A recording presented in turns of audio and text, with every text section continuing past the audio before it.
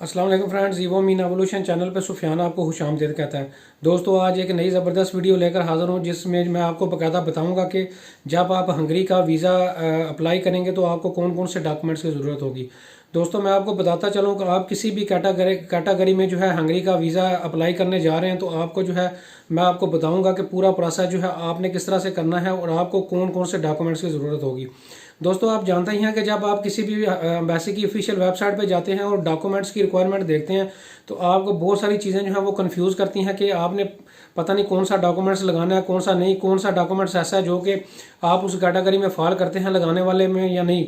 तो दोस्तों, आपकी सहूलत के लिए जो है मैं आपको पहले जो है वीडियो के शुरू में जो है बाकायदा लैपटॉप की स्क्रीन पे जाके एक एम्बेसी की वेबसाइट से, ऑफिशियल वेबसाइट से पूरी रिक्वायरमेंट का ओवरव्यू दूंगा। उसके बाद अलहदा से मैंने एक लिस्ट बनाई हुई है उन लोगों के लिए जो लोग बिजनेस करते हैं वो कौन से डॉक्यूमेंट्स लगाएंगे, उनको कौन से डॉक्यूमेंट्स की ज़रूरत होगी, उनकी अलहदा से डिटेल बनाई हुई है। इसी तरह ऐसे लोग जो जॉब करते हैं वो अगर हंगरी किसी भी कैटेगरी में वीज़ा अप्लाई करने जा रहे हैं तो वो कौन से डॉक्यूमेंट्स लगाएंगे, उनके लिए अलहदा से डिटेल मैंने बनाई हुई है। दोस्तों, ऐसे लोग जो कि अपने कंट्री में, पाकिस्तान में, इंडिया में, मालदीव में, बांग्लादेश में अगर वो स्टूडेंट हैं और वो किसी भी कैटेगरी में जो है वो हंगरी का वीज़ा अप्लाई करने जा रहे हैं वो कौन से डॉक्यूमेंट्स लगाएंगे, उनकी अलहदा से डिटेल बताऊंगा। इसी तरह ऐसे लोग जो नाबालग हैं, जो अभी 18 साल से जिनकी एज कम है, वो कौन कौन से डॉक्यूमेंट्स लगाएंगे, उनकी भी अलहदा से एक डिटेल मैंने बनाई हुई है। तो दोस्तों, जो है मैं आपको पूरा जो है वो लैपटॉप की स्क्रीन पे जाके पूरा प्रोसेस जो है लाइव डेमो दूंगा। पूरा प्रोसेस जो है वो बताऊंगा कि आपने कौन कौन से डॉक्यूमेंट्स लेने हैं और आपको ये डॉक्यूमेंट्स कहाँ से मिलेंगे। पूरी डिटेल जो है आपको वीडियो में बताने जा रहा हूँ कि जब आप पूरी वीडियो को अच्छे तरीके से समझेंगे और चेक लिस्ट के मुताबिक अपनी चीज़ों को पूरा करेंगे, अपनी फाइल को अच्छे तरीके से कंप्लीट करेंगे तो इंशाल्लाह बहुत ज़्यादा चांसेस हैं कि आपको हंगरी का वीज़ा ज़रूर मिलेगा। तो दोस्तों, आइए चलते हैं लैपटॉप की स्क्रीन पे, और स्क्रीन पे जाने से पहले मेरे चैनल को सब्सक्राइब कर लें।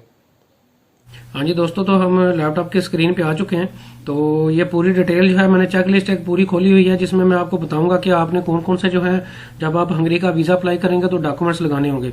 ये बाकायदा जो है ऑफिशियल वेबसाइट है हंगरी की, जहाँ से जो है ये बाकायदा जो है वो चेक लिस्ट जो है मैंने ली है। ये देखे लिखा हुआ है Schengen for the list of required document for the purpose of please click here. तो जो ही आप इस पर क्लिक करेंगे तो जो है इस तरह से जो है वो ये पूरी चेकलिस्ट जो है वो ओपन होगी। इसका लिंक भी मैंने नीचे डिस्क्रिप्शन में दिया हुआ है, आप गूगल से भी डायरेक्ट दे सकते हैं। दोस्तों, यहाँ पे जो है मैं एक ओवरव्यू जस्ट आपको दूंगा, ज्यादा टाइम नहीं लगाऊंगा क्योंकि यहाँ पे जो है इस फॉर्म में काफी सारी चीजें जो कंफ्यूजिंग होती हैं जो कि आपको समझ नहीं आएंगी और आप समझेंगे कि शायद रिक्वायरमेंट जो है वो बड़ी हाई फाई किस्म की है, शायद हम पूरी नहीं कर सकते।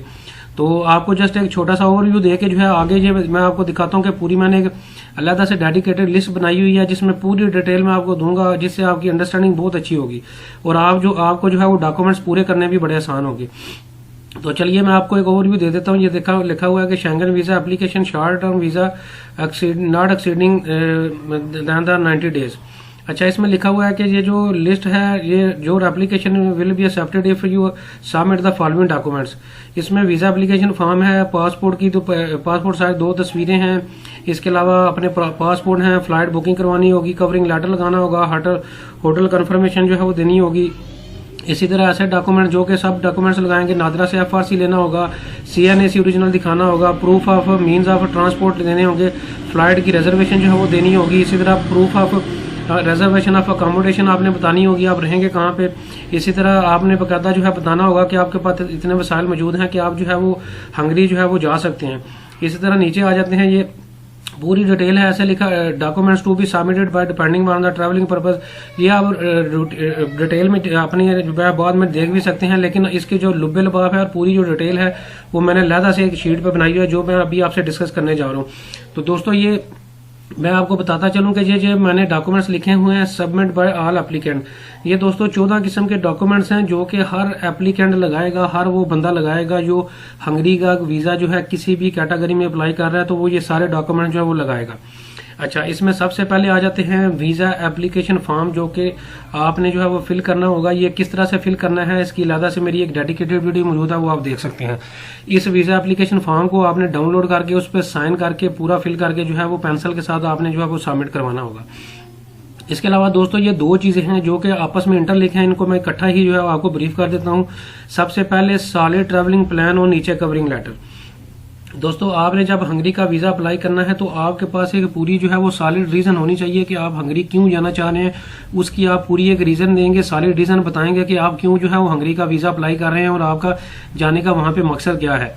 उसी जो आपका ट्रैवलिंग का जो पर्पज़ होगा और जिन डेट्स में आप जाएंगे, जो भी आपकी डिटेल होगी, जिस डेट को आप किस कंट्री में, किस सिटी में हंगरी में रहेंगे और कौन सी डेट को आप कौन से सिटी में जाके किस दोस्त को मिलेंगे या फ्रेंड को मिलेंगे या फैमिली मेंबर को मिलेंगे या भाई को, वालिद को, वालदा को मिलेंगे, उसकी पूरी डिटेल जो है वो आपने देनी होगी। वो एक कवरिंग लेटर आपने एक बनाना होगा, वो उसमें पूरी डिटेल आपने देनी होगी और यही आपका एक सॉलिड प्लान होगा जो कि कवरिंग लेटर में आपने लिखा होगा।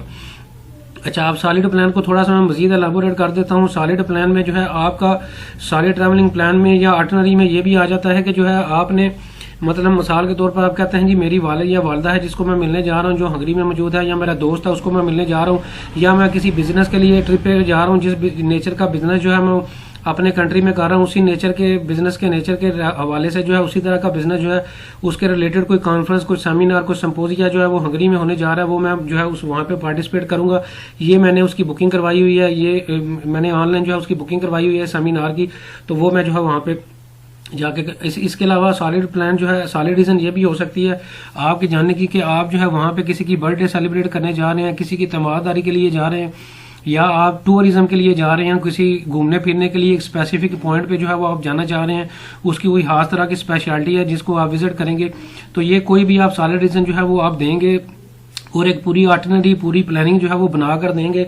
और ये सारी प्लानिंग और आर्टिनरी जो है एक कवरिंग लेटर में लिखी होगी कि आप इस डेट से लेके इस डेट तक जाएंगे और ये आपकी प्लानिंग है, इन इन जगहों को आप विजिट करेंगे, इन दोस्तों को विजिट करेंगे, इन फैमिली मेंबर्स को विजिट करेंगे। ये पूरी डिटेल जो है आपने एक लेटर पे जो है वो लिख के देनी होगी।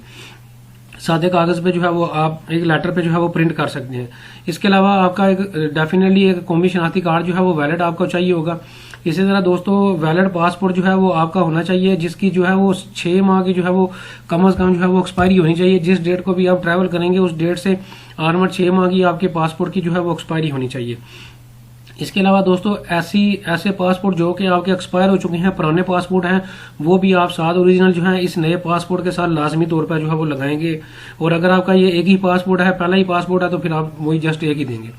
अच्छा दोस्तों, आगे 2 चीजें आ जाती हैं, ये बड़े अच्छे तरीके से समझिएगा। ये है FRC by birth, FRC by marriage. दोस्तों FRC होता क्या है? FRC से मतलब है फैमिली रजिस्ट्रेशन सर्टिफिकेट। ये दोस्तों फैमिली रजिस्ट्रेशन सर्टिफिकेट जो है ये आपको पाकिस्तान में नादरा देता है और बाकी जितने भी कंट्रीज हैं जैसे इंडिया है, बांग्लादेश है, मालदीव है, वो जहां से भी आपका कौमी शनाख्ती कार्ड आप बनवाते हैं वही इदारा जो है जहां से नेशनल सिविक रिकॉर्ड जिनके पास मौजूद होता है वो वही इदारा होता है जहां से आप कौमी शनाख्ती कार्ड बनवाते हैं। तो पाकिस्तान में ये इदारा जो है वो नादरा है। नादरा को आप 1000 रुपीज पे करेंगे, 1000 रुपया पाकिस्तानी। उसी वक्त जो है वो आपको 5 मिनट के अंदर जो है ये FRC फैमिली रजिस्ट्रेशन सर्टिफिकेट जो है वो बना के देगा। ये इस फैमिली रजिस्ट्रेशन सर्टिफिकेट को बनवाने के लिए आपका कोई भी फैमिली मेंबर, बहन, भाई, वालिद, वालदा, सिस्टर, कोई भी जाके जो है अपना ओरिजिनल शनाख्ती कार्ड नादरा को दिखा के जो है 1000 रुपीज पे करेगा और उसी वक्त जो है वो पूरी फैमिली का रजिस्ट्रेशन सर्टिफिकेट जो है वो लेगा। इसी तरह जो लोग मैरिड हैं वो अपना फैमिली रजिस्ट्रेशन सर्टिफिकेट जो है मैरिज का भी लेंगे। इस फैमिली रजिस्ट्रेशन सर्टिफिकेट में सिर्फ आपके बहन, भाई, वालिद, वालदा आएंगे। और इस फैमिली रजिस्ट्रेशन सर्टिफिकेट में आपका चूंकि मैरिज बाई मैरिज होगा तो इसमें आपकी जो है वो मिसेज होगी, आपकी वाइफ होगी, आपका हस्बैंड होगा और आपके बच्चे जो है वो शामिल है। तो ये वो लोग लेंगे जो कि मैरिड हैं, जो अनमैरिड हैं वो ये नहीं लेंगे। अच्छा दोस्तों, एक और चीज यहाँ पे आपको बताता चलूं कि जब आप वीजा एप्लीकेशन फॉर्म सबमिट करवाते हैं या फिल करते हैं तो आप अगर उसमें अपनी जो जाने की रीजन या बताते हैं या आप बताते हैं कि ये मैं फलां फैमिली मेंबर को मिलने के लिए जा रहा हूँ, तो फिर आपने इस फैमिली रजिस्ट्रेशन सर्टिफिकेट से वो जो रिलेशन है जिस बंदे के पास आप हंगरी अप्लाई करने हैं उसके साथ जो है वो स्टैब्लिश करना होता है। मिसाल के तौर पर मैं अपने भाई को जो है वो हंगरी मिलने के लिए जा रहा हूं, तो आपने जो है वीजा एप्लीकेशन फॉर्म जब फिल करेंगे तो आप नीचे लिखेंगे कि मैं अपने भाई को जो है वो मिलने के लिए जा रहा हूं। तो आपने फिर वही रिलेशन जो है इस फैमिली रजिस्ट्रेशन सर्टिफिकेट में जो है बाकायदा आपके उसी भाई का नाम जो है वो मौजूद होना चाहिए, उसकी तस्वीर भी जो है वो मौजूद होनी चाहिए। तो ये जो फैमिली रजिस्ट्रेशन सर्टिफिकेट है, अगर आप किसी क्लोज रिलेटिव को मिलने जा रहे हैं तो फिर इसके थ्रू आपने वो वाला जो अपना ताल्लुक और रिलेशन है उस बंदे के साथ जो हंगरी में मौजूद है उसके साथ जो है इस रिकॉर्ड के थ्रू जो है वो मेंटेन करना होगा। और इसी तरह ऐसे लोग जो अपने किसी तायाजाद या चचाजाद भाई को कज़न को मिलने जा रहे हैं तो उन्होंने भी जो है अपना फैमिली रजिस्ट्रेशन इसी सर्टिफिकेट के थ्रू जो है वो अपना रिलेशन जो है वो स्टैब्लिश करना होता है। वो अपनी फैमिली में का जो है वो रजिस्ट्रेशन फैमिली रजिस्ट्रेशन सर्टिफिकेट लेगा। इसी तरह जो अपने कज़न का फैमिली रजिस्ट्रेशन सर्टिफिकेट है वो लेगा, उसमें उसके वालिद का नाम, उसके दादा का नाम और इनके दादा का नाम सेम होगा, तो इससे जो है आप अपना रिलेशन जो है वो स्टैब्लिश कर सकते हैं। तो इसी तरह ऐसे लोग जो अपनी हस्बैंड या बीवी को मिलने जा रहे हैं या बच्चों को मिलने जा रहे हैं तो वो इस फैमिली रजिस्ट्रेशन सर्टिफिकेट से जो है अपना जो हंगरी में बंदा रह रहा है उससे जो है वो स्टैब्लिश करेंगे, अपना जो रिलेशन है वो स्टैब्लिश करेंगे और उसका ये प्रूफ देंगे। और दोस्तों मैं यहाँ पे बताता चलूँ कि ऐसे लोग जो कि किसी इन्विटेशन या स्पॉन्सर पे नहीं जा रहे या वैसे विजिट पे जा रहे हैं, खुद ही अप्लाई कर रहे हैं, तो उस सूरत में भी आपने ये दोनों जो है FRC जो है वो लगाने होंगे। ये हर सूरत में कंपलसरी है। अच्छा, आगे आ जाते हैं। बैंक स्टेटमेंट 6 माह की आपने लगानी होगी। और इसी तरह दोस्तों बैंक अकाउंट मेंटेनेंस लेटर भी आपने लगाना होगा। बैंक अकाउंट मेंटेनेंस लेटर क्या होता है? ये दोस्तों बैंक जो है अपनी तरफ से एक लेटर देता है जिसपे बाकायदा लिखा होता है ये फलां बंदा जो है हमारा अकाउंट होल्डर है, हमारी ब्रांच में इसका अकाउंट जो है फलां डेट से लेके आज तक मौजूद है। ये बेसिकली जो है वो अकाउंट मेंटेनेंस लेटर होता है। ये बैंक अकाउंट लेटर और अकाउंट मेंटेनेंस लेटर दोनों जो है आप बैंक की साइन और स्टम्प के साथ जो है वो लेंगे और ये ओरिजिनल जो है वो सबमिट करवाएंगे। इसी तरह दोस्तों एयर टिकट रिजर्वेशन भी जो है आपने लगानी होगी। आगे मैंने लिखा हुआ है टेम्परेरी रिजर्वेशन। दोस्तों एयर टिकट रिजर्वेशन एक टेम्परेरी आप लेंगे, ये आपको फ्री जो है किसी भी ट्रैवल एजेंट या टूर ऑपरेटर से मिल जाएगी। आप उसे जाके बताएंगे जो है मैं हंगरी का वीज़ा जो है वो अप्लाई करना जा रहा हूँ और इस डेट से लेके इस डेट तक जो है मैं वो अप्लाई करूंगा, इसकी ये मुझे जो है एक टेम्परेरी एयर टिकट रिजर्वेशन जो है वो निकाल दे। वो आपको आपका पासपोर्ट दे के उसके मुताबिक जो है सारी डिटेल का एक जो है वो टेम्परेरी एयर टिकट की रिजर्वेशन निकाल लेगा। ये आपको कोई भी ट्रैवल एजेंट या टूर ऑपरेटर जो है वो बिल्कुल फ्री दे देगा और या फिर बिल्कुल 100 या 200 रुपये नॉमिनल चार्जेस लेके जो है वो देगा। इसी तरह दोस्तों एयर टिकट रिजर्वेशन की बात होगी। आगे आ जाते हैं होटल रिजर्वेशन। ये दोस्तों ऐसे लोग जो कि खुद से अप्लाई कर रहे हैं, उनका वहाँ पे कोई रिलेटिव नहीं है, तो उन्होंने जो है लाजमी तौर पे अपनी की जो है होटल की रिजर्वेशन जो है वो अपनी जो है वो साथ जरूर लगानी होगी। ये आप फ्री जो है होटल रिजर्वेशन जो है ये booking.com एक वेबसाइट है, वहां से जाके जो है या और भी बहुत सारी गूगल पे वेबसाइट मौजूद है, फ्री जो है एक फ्री जो है होटल की रिजर्वेशन जो है ऑनलाइन ही वो करवाएंगे और उसकी जो है ऑनलाइन की जो ईमेल आएगी उसका प्रिंट आउट भी साथ लगाएंगे, जिससे जो है बाकायदा आपके पास सबूत होगा कि मेरा जो है होटल जिस डेट में मैं ट्रैवल करूंगा, जो जो डेट्स में मैं ट्रैवल कर रहा हूँ वो जो उन्हीं डेट्स में जो है फलां जगह पे मैं इस जगह पे ठहरूंगा, ये मेरी होटल की रिजर्वेशन है। और ऐसे लोग जो कि इन्विटेशन और स्पॉन्सर पे जा रहे हैं और वो अपने रिलेटिव के घर पे ही रहेंगे, तो उनको जो है होटल रिजर्वेशन की जरूरत नहीं है। वो वीजा एप्लीकेशन फॉर्म में जो है उसे अपने क्लोज रिलेटिव का घर का एड्रेस जो है वो दे सकते हैं। और अगर वो उसके घर पे नहीं रहना चाहते, उनके पास इनविटेशन भी मौजूद है, तो फिर जो है वो लाजमी तौर पे होटल की रिजर्वेशन वो भी करवाएंगे। अच्छा, आगे दोस्तों आ जाते हैं पासपोर्ट की वीज़ा की। ये मैं आपको बताता चलूँ, जो आपके पास पुराने जितने भी पासपोर्ट मौजूद हैं उन पे अगर कोई वीज़े लगे हुए हैं या उनके पेजेस पे कोई इन आउट की इमिग्रेशन की स्टैंप लगी हुई है, तो उनकी भी फोटोकॉपी जो है वो आप साथ करवा के लाजमी तौर पर लेके जाएंगे। अच्छा, आगे जो है आ जाते हैं आपने FBR की जो टैक्स रिटर्न्स हैं, आपने 2 साल की जो टैक्स रिटर्न जो जमा करवाई हुई हैं, आपसे टैक्स पेयर हैं तो आप फाइलर हैं, तो आपने जो है पिछले अपने 2 सालों की जो टैक्स रिटर्न्स हैं या FBR की टैक्स रिटर्न जो है उनकी जो है वो कॉपी जो है वो साल लगानी होगी और बाकायदा जो है वो प्रूफ देना होगा कि जो है आप अपने कंट्री में जो है वो टैक्स पे कर रहे हैं। और अगर आप टैक्स पे नहीं कर रहे और आप अजम्प्टेड हैं टैक्स से, तो फिर आपने उसका भी प्रूफ देना होगा कि ये रीज़न है जिसकी वजह से मैं टैक्स पे जो है वो पे नहीं कर रहा और इसका जो है वो ये प्रूफ है। अच्छा, इसमें मैं और भी एक आपको बताता चलूँ चीज़। ऐसे लोग जो सैलरी वाले लोग हैं और वो जॉब करते हैं और उनकी सैलरी जो है वो बाकायदा जो है सैलरी स्लिप पे मेंशन है कि वो टैक्स जो है वो पे कर रहे हैं, उनकी टैक्स की जो है वो डिडक्शन बाकायदा सैलरी पे मेंशन है, तो वो ये टैक्स रिटर्न अगर नहीं भी लगाएंगे तो कोई इशू नहीं है, क्योंकि ऑलरेडी जो है उनकी सैलरी स्लिप पे जो है वो मौजूद है, लिखा हुआ है ये टैक्स पेन है और ये टैक्स जो है वो पे कर रहे हैं। तो जो बिजनेस वाले लोग हैं वो लाजमी तौर पर जो है वो 2 साल की टैक्स रिटर्न जो है वो साल लगाएंगे। इसी तरह जो है 2 पासपोर्ट साइज जो है वो पिक्चर आप जो है वो लगाएंगे, वो भी आपने लाजमी तौर पे देनी होगी। इसी तरह जो है दोस्तों आपने एक ट्रैवलिंग इंश्योरेंस लगानी होगी, जिस भी दुरानिये में जो है जिस ड्यूरेशन में आप जो है हंगरी का विजिट कर रहे होंगे उसी दुरानिये की जो है आपने एक ट्रैवलिंग इंश्योरेंस जो है ये आपने लेनी होगी। ये किसी भी टूर ऑपरेटर किसी भी ट्रैवल एजेंट के आप पास जाएंगे तो वो आपसे पाकिस्तानी 2500 से लेके 3000 रुपये तक लेगा और आपको 30,000 पाउंड की जो 30,000 यूरो की जो है वो आपको कवरिंग की जो इंश्योरेंस है वो दे देगा। ये आपको पाकिस्तानी रुपीज़ में 2500 से लेकर 3,000 रुपये में मिलेगी। और आपने ये ट्रैवलिंग इंश्योरेंस उसी दौरानिए की करानी होगी, उसी डेट की करवानी होगी जिन डेट्स को जो है वो आप ट्रैवल जो है हंगरी के लिए कर रहे होंगे। अच्छा दोस्तों, आगे आ जाते हैं। आगे जो डिटेल है वो बिजनेस वाले लोगों के लिए जो अपने मुल्क में बिजनेस कर रहे हैं वो कौन कौन सी चीज़ें लगाएंगे। ये 14 चीज़ें तो हर बंदा लगाएगा।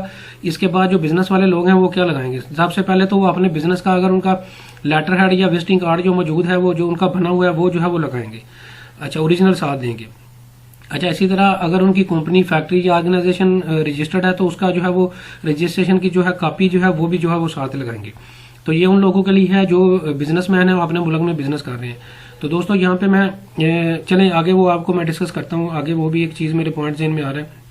अच्छा दोस्तों, अब आ जाते हैं ऐसे लोग जो कि नॉन पाकिस्तानी हैं, जो पाकिस्तान में रह रहे हैं लेकिन उनके पास पाकिस्तान की नेशनैलिटी नहीं है, या वो इंडिया में, बांग्लादेश में या मालदीव में रह रहे हैं, उनके पास उस कंट्री की नेशनैलिटी नहीं है। वो क्या करेंगे। वो अगर अपने कंट्री से जो है जिस कंट्री में वो रह रहे हैं, जैसे मिसाल के तौर पर अगर पाकिस्तान में अफगान रेफ्यूजीज हैं, अफगान महाजरीन रह रहे हैं, तो वो यहाँ से जो है वो हंगरी का वीज़ा अप्लाई करने चाह रहे हैं, तो वो क्या करेंगे कि वहाँ वो पाकिस्तान का या जिस भी कंट्री में रह रहे हैं वहाँ का उस कंट्री का जो है वो वर्क परमिट जो है वैलिड, जो 3 माह का वैलिड होना चाहिए, वो जो है वो साल लगाएंगे और उसका प्रूफ देंगे कि वो जो है जिस भी कंट्री में, पाकिस्तान में या किसी और कंट्री में रह रहा है, तो वहाँ पे जो है उसका लीगल एक स्टेटस है, वहाँ पे लीगल तौर पे जो है वो रह रहा है, तो वो जो है वो उन्होंने साथ जो है वो लगाना होगा। तो दोस्तों ये उन लोगों के लिए जो है फॉर्मेलिटी है जो पाकिस्तानी नहीं है, जो पाकिस्तानी शहरी नहीं है, या इंडिया या बांग्लादेश या मालदीव में रह रहे हैं वहाँ के शहरी नहीं है, तो उन्होंने जो है वर्क परमिट की कॉपी लगानी होगी। जो वहाँ के नेशनल हैं वो अपना कौमी शनाख्ती कार्ड जो है वो लगाएंगे। अच्छा, आगे आ जाते हैं दोस्तों। ऐसे लोग जो गवर्नमेंट जॉब करते हैं वो क्या लगाएंगे। दोस्तों गवर्नमेंट जॉब करने वाले जो लोग हैं वो नॉन ऑब्जेक्शन NOC जिसे कहते हैं वो लेटर लगाएंगे बाकायदा। जिस इदारे जिस भी इंस्टीट्यूशन में वो गवर्नमेंट के जॉब करते हैं वहाँ से जो है वो NOC का लेटर लेंगे, वो साथ जो है वो लाजमी तौर पर लगाएंगे। इसी तरह दोस्तों ऐसे लोग जो रिटायर्ड हो चुके हैं और वो जो है वो अपने पेंशन बुक की जो कॉपी है, पेंशन बुक की जो 6 माह की स्टेटमेंट है वो जो है वो साल लगाएंगे और उससे जो है वो बाकायदा प्रूफ होगा कि जो है ये बंदा रिटायर है और ये पेंशन है। अच्छा, आगे आ जाते हैं दोस्तों। ऐसे लोग जो कि अपने कंट्री में जो है वो स्टूडेंट हैं और वो हंगरी जो है किसी भी वीज़ा कैटेगरी के लिए वो अप्लाई कर रहे हैं, वो क्या लगाएंगे। सबसे पहले तो दोस्तों अगर वो अपने कॉलेज, यूनिवर्सिटी या स्कूल का जो है एनरोलमेंट लेटर या एडमिशन लेटर या कोई भी प्रूफ जो है वो कार्ड, एडमिशन कार्ड का जो है लेटर जो है उसकी फोटोकॉपी से लगाएंगे, जिससे बाकायदा साबित होगा कि जो वाकई जो है ये इस कॉलेज, यूनिवर्सिटी या स्कूल में जो है वो पढ़ रहा है और ये स्टूडेंट है। अच्छा, इसी तरह जिस दौरानिए में जो है वो हंगरी के लिए वीज़ा अप्लाई कर रहा है, मिसाल के तौर पे जो है वो 1 मार्च से लेके 15 मार्च तक जो है वो हंगरी का विजिट अप्लाई करेगा, या कोई और किसी कैटेगरी में अप्लाई करने जा रहा है और वो हंगरी के लिए ट्रैवल कर रहा है, तो उन 15 दिनों की उसने लीव एप्लीकेशन भी अपने इदारे से जो है वो लेनी होगी और उसके साथ जो है अपने वीज़ा एप्लीकेशन के साथ लगानी होगी। इसी तरह दोस्तों ऐसे लोग जो कि 18 साल से कम है, चले ये इसकी डिटेल नीचे है, वो मैं ज़्यादा अच्छे तरीके से आपको समझ आ जाएगी, वो क्या लगाएंगे।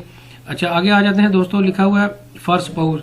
ऐसे लोग जो कि अपने हस्बैंड को मिलने जा रहे हैं, या ऐसे लोग जो अपनी बीवी को हंगरी मिलने के लिए जा रहे हैं, वो अपने स्पाउस के पास जा रहे हैं, तो उन्होंने जो है वो निकाहनामा, जिसे मैरिज सर्टिफिकेट भी जो कहते हैं, उसकी जो है वो कॉपी लगानी होगी, ओरिजिनल भी जो है वो साथ जो है वो दिखाना होगा। तो ये उन लोगों के लिए फॉर्मेलिटी है जो स्पाउस के पास जा रहे हैं हंगरी। अच्छा दोस्तों, अब आ जाते हैं आगे। लिखा हुआ है फॉर जॉब पर्सन। ऐसे लोग जो जॉब करते हैं, चाहे वो सरकारी जॉब करते हैं चाहे जो है वो प्राइवेट जॉब करते हैं, वो कौन से डॉक्यूमेंट्स लगाएंगे। सबसे पहले तो वो 3 माह की जो अपनी सैलरी स्लिप है लेटेस्ट जो है वो लगाएंगे। इसी तरह जो है वो जॉब लेटर अपना लगाएंगे। ये प्राइवेट ऑर्गेनाइजेशन के लिए है। जो लोग प्राइवेट जॉब करते हैं वो अपनी कंपनी, फैक्ट्री या ऑर्गेनाइजेशन से एक जॉब लेटर लेंगे जिस पर लिखा होगा कि ये बंदे का CNAC नंबर ये है, इसका नाम ये है, ये फलान डेट से लेके आज तक जो है हमारे पास जो है एम्प्लॉई है और इसकी सैलरी जो है वो सालाना इतनी है। तो ये जॉब लेटर जो है बाकायदा जो है वो आपने लगाना होगा। इसी तरह दोस्तों आपने लीव एप्लीकेशन लगानी होगी। जो लोग प्राइवेट ऑर्गेनाइजेशन में जॉब करते हैं या किसी और ऑर्गेनाइजेशन में जॉब करते हैं, उन्होंने जिस दुरानिये में जो है वो हंगरी का वीज़ा अप्लाई कर रहे हैं, उस दुरानिये की जो है वो लीव एप्लीकेशन भी लेनी होगी और साइन और स्टैम्प के साथ वो भी जो है वो ओरिजिनल जो है वो साथ जमा करानी होगी। और दोस्तों ऐसे लोग जो कि किसी ऑर्गेनाइजेशनल ट्रिप पे जा रहे हैं या ऐसी कोई ऑर्गेनाइजेशन जो कि हंगरी में मौजूद है और उसके विजिट पे वो जा रहे हैं, तो फिर आपने उसने जो है वो ऑर्गेनाइजेशनल ट्रिप की कैटेगरी में आएगा।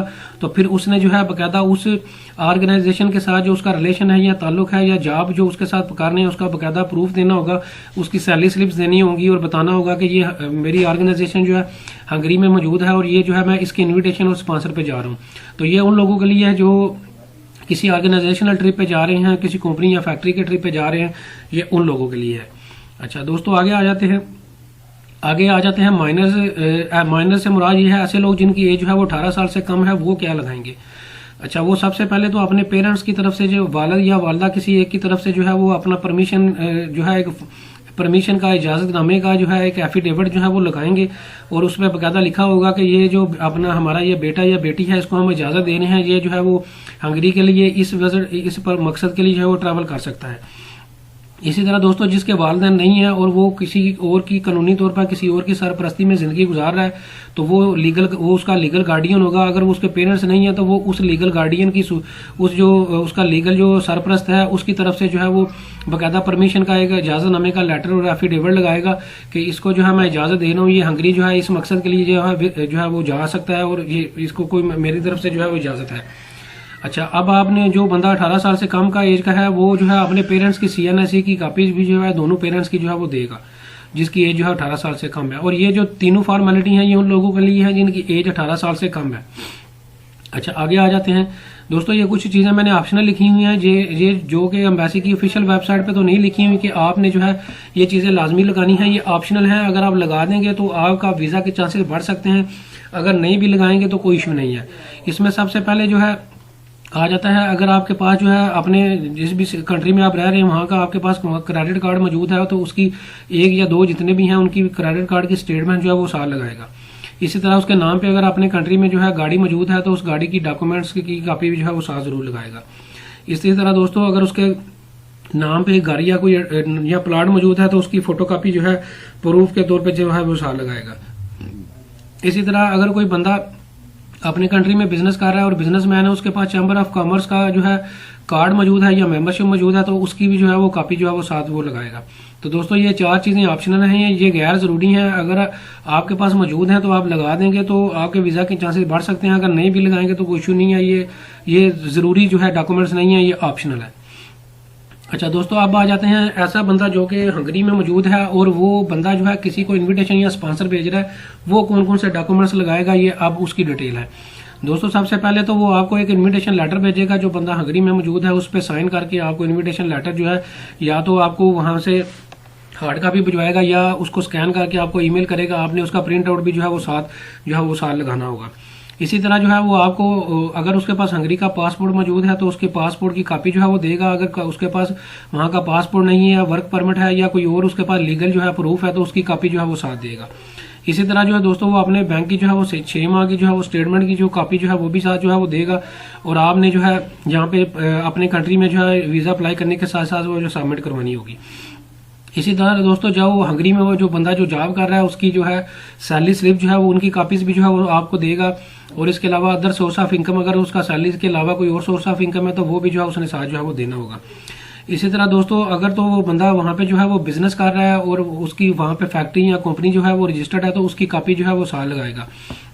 यहाँ पे दोस्तों एक और चीज आपको बताता चलूं, ऐसे लोग जो कि बिजनेस के पर्पस के लिए जो है वो हंगरी का विजिट करने जा रहे हैं उनको मैं बताता चलूं कि अगर वो बिजनेस के लिए वहां पे अप्लाई करना चाह रहे हैं तो आप जिस भी जगह को वो विजिट करेंगे या जिस भी ऑर्गेनाइजेशन को विजिट करेंगे तो बाकायदा उन्होंने जो है बाकायदा प्रूफ देना होगा कि इस बंदे के साथ जो है जो हंगरी में कंपनी या फैक्ट्री मौजूद है या ऑर्गेनाइजेशन के साथ मौजूद है, इसके साथ ये मेरा ये रिलेशन है, यहाँ पे इसके साथ मेरे बिजनेस टर्म्स हैं और ऑलरेडी जो है मैं इसके साथ बिजनेस कर रहा हूँ। तो फिर उसका बिजनेस का उसने प्रूफ देना होगा। कोई भी उसने बाकायदा जो है जो उसको वो शिपमेंट भिजवाता है अपने कंट्री से, जो है वो वहाँ पे कुरियर भेजता है, शिपमेंट भेजता है, वो लेटर भेजता है या कोई भी जो है उसने बाकायदा जो है वो प्रूफ देना होगा। तो दोस्तों, ये कुछ चीज़ें थी जो मैंने आपको पूरी डिटेल अच्छे तरीके से समझाने की कोशिश की है। अगर इसके बावजूद भी आपका कोई क्वेश्चन हो तो आप जो है कमेंट सेक्शन में मेरे से जो है वो पूछ सकते हैं। तो थैंक यू वेरी मच, मिलते हैं नए वीडियो में नए टॉपिक के साथ।